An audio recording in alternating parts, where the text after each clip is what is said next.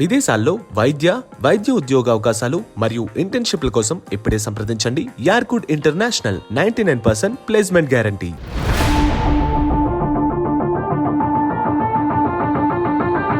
కొంతమందికి అవార్డులు పేరు తెచ్చిపెడితే మరికొంతమందికి ఆ అవార్డులు రావడమే వాటికి అందం తెచ్చిపెడతాయి. ఈ కోవలోకి మెగాస్టార్ చిరంజీవి వస్తారనడంలో ఎలాంటి అతిశయోక్తి లేదు. సినిమా హీరోగా, రాజకీయ నాయకుడిగా, సేవకుడిగా పేరు గడించిన చిరంజీవి ఇప్పుడు ఓ అరుదైన మైలురాయిని అందుకోబోతున్నారు. ఇప్పటికే ఎన్నో అవార్డులు, రివార్డులు సొంతం చేసుకోగా తాజాగా మరో అత్యున్నత పురస్కారం ఆయన ఇంటి తలుపు తట్టనుంది. దేశంలోనే భారతరత్న తర్వాత అత్యంత గౌరవంగా భావించే పద్మ విభూషణ్ అవార్డును దక్కించుకోబోతున్నారు. ప్రతి ఏటా గణతంత్ర దినోత్సవం సందర్భంగా భారత ప్రభుత్వం పద్మ అవార్డులు ప్రకటించనున్న సంగతి తెలిసింది.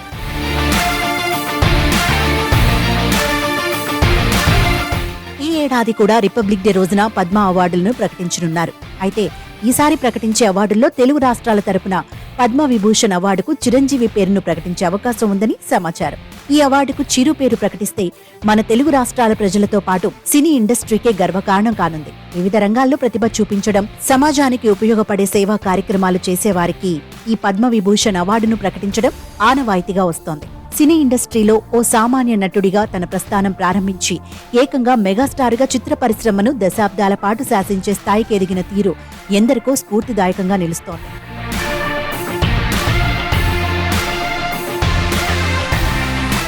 అలాగే చిరంజీవి ఐఎన్ బ్లడ్ బ్యాంక్ స్థాపించి ఆపదలో ఉన్న వారికి నేత్రదానంతో పాటు రక్తదానం అందించి ఎంతో మంది ప్రాణాలను కాపాడారు. ఆయన సేవలను కాంగ్రెస్ నేతృత్వంలోని గత యూపీఏ ప్రభుత్వం గుర్తించి పద్మభూషణ్ అవార్డు ప్రకటించిన సంగతి తెలిసిందే. 2006లోనే ఈ అవార్డు ఆయన అందుకోవడం విశేషం. మళ్లీ 18 ఏళ్ల తర్వాత పద్మవిభూషణ్ అవార్డు కూడా అందుకోనుండడం ఆయన కష్టానికి ఫలితంగా కొనియాడవచ్చు. తెలుగు ఇండస్ట్రీ నుంచి ఈ అవార్డు ఇప్పటి వరకు అతి కొద్ది మందినే ఈ అత్యున్నతమైన అవార్డు వరించింది.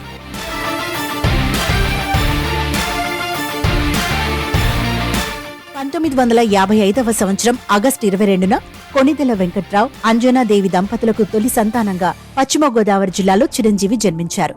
అనంతరం సినిమాలపై మక్కువతో మద్రాస్ చేరుకుని స్వయం కృషితో చిన్న చిన్న పాత్రలు చేస్తూ అగ్ర హీరోగా ఎదిగారు. ఎలాంటి బ్యాక్గ్రౌండ్ లేకుండా మెగాస్టార్ స్థాయికి ఎదిగారు.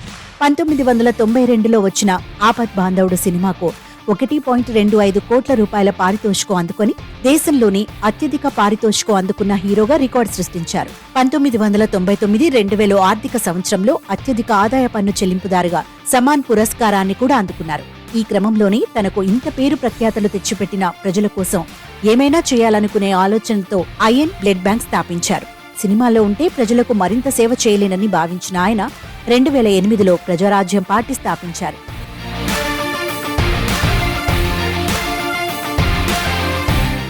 పార్టీ పెట్టిన 9 నెలల్లోనే మహానాయకులను ఢీకొని ప్రజల మన్ననలు పొంది 18 ఎమ్మెల్యే సీట్లు దక్కించుకున్నారు. అయితే తర్వాత జరిగిన పరిణామాలతో కాంగ్రెస్ పార్టీలో విలీనం చేసి కేంద్ర మంత్రిగా 2 ఏళ్ల పాటు విధులు నిర్వర్తించారు. కానీ తన సున్నితమైన మనస్తత్వానికి ప్రస్తుత రాజకీయాల్లో ఇమడలేనని భావించిన చిరు మళ్లీ 2017లో ఖైదీ నెంబర్ 150 ద్వారా గ్రాండ్ గా రీఎంట్రీ ఇచ్చారు. దీంతో అభిమానుల ఆనందానికి అవధులు లేకుండా పోయాయి. అప్పట్నుంచి ఈ వయసులో కూడా తనలోని గ్రేస్, ఎనర్జీ ఏమాత్రం తగ్గలేదని నిరూపిస్తున్నారు. ఎన్నో రికార్డులు, రివార్డులు, అవార్డులు అందుకున్న ఇలాంటి వ్యక్తిని కేంద్ర ప్రభుత్వం పద్మ విభూషణ్ అవార్డుతో సత్కరించనుండడం మరెంతో మందికి స్ఫూర్తిదాయకంగా నిలవనుంది. Hey all, నేను మీ సుమంత్ని. Please subscribe to IndiaGlitz Telugu. Hi, this is Ravinder. Please subscribe IndiaGlitz Telugu. Hi guys, నేను మీ Varshini. Please do subscribe to IndiaGlitz Telugu. Hi, this is Nirupam. Please subscribe to IndiaGlitz Telugu. Hi viewers, నేను మీ Shashank. Please subscribe to IndiaGlitz Telugu. Hello guys, నేను మీ Annie. Please do subscribe to IndiaGlitz Telugu.